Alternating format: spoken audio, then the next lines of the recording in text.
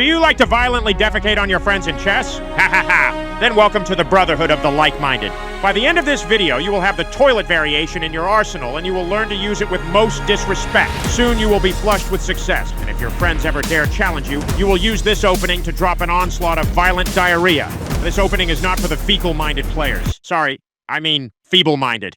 Anyways, let's begin.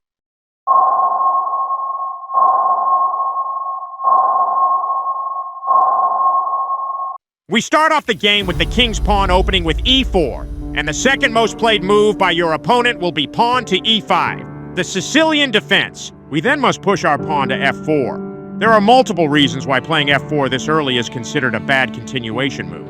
Firstly, your opponent plays d5, and now the position is equal. The advantage that white naturally has in the beginning of the game is immediately lost, and now full send violation becomes difficult. Secondly, after d5 and we continue natural development of pieces, white is at a disadvantage as this f-pawn becomes more of a hindrance and restricts certain moves we can play. That is the reason why this gambit is so befitting of its name, the toilet variation. But if you learn what I'm about to teach you inside out, the humiliation you will bring your friends will last a lifetime. So yes, you guessed it. We play pawn to f4 and prepare for maximum disrespect. Black then responds with the equalizing move pawn to d5.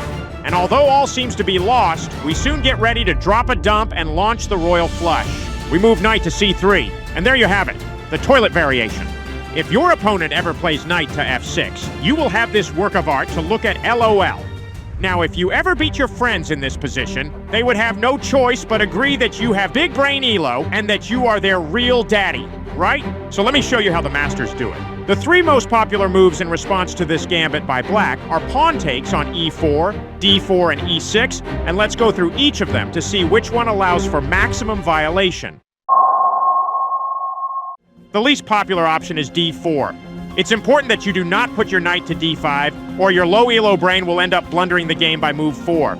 Instead, we play knight to e2 and naturally continue development. Black will continue to fight to gain control of the center, but it won't matter. We focus on playing knight to f3, followed by d3, and then g3. And after developing our pieces and castling, we play the move h3 with the goal of slowly advancing on the king's side of the board and create weaknesses for black's structure. The second most popular line is pawn takes on e4. Our goal is to take back with the knight, and black's most common response is e6, after which it really doesn't matter what black does. We continue pushing our knight, and whenever they bring out their knight to c6, we play bishop to b5, both activating the bishop, whilst also pinning the knight to the king in the process. They will automatically defend with their bishop. And our goal from here is to develop the queen and fianchetto the bishop, aka just move this pawn here and allow this bishop to move here in order for us to gain strong diagonal control. At this point, castling queen's side performs much better for white due to all these surrounding defenses, and after you take the bishop, moves like d4 and h4 are relatively strong as they break through the center, making the game more dynamic for white and giving a slight advantage. Lastly, and the most popular move, e6.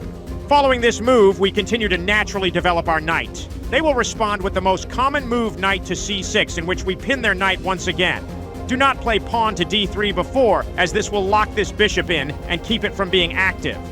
Anyways, at this point, the most popular move in the Lichess Masters database is knight to e7, defending the knight and also providing an additional layer of protection for the center pawn. However, we must remain focused and take on the d5, in which they will respond by taking back with their pawn. From here, we can play queen to e2, activating the queen, and also pinning both knights to the king. These two knights now become absolute poo-poo, and from here on out, you will have an equal, if not better, playing field. Congratulations, as you have successfully completed mission, violently defecate on your friends. So use this video wisely, and if you struggle with playing against the Scandinavian defense, the YouTube algorithm wants you to watch this video before it's too late.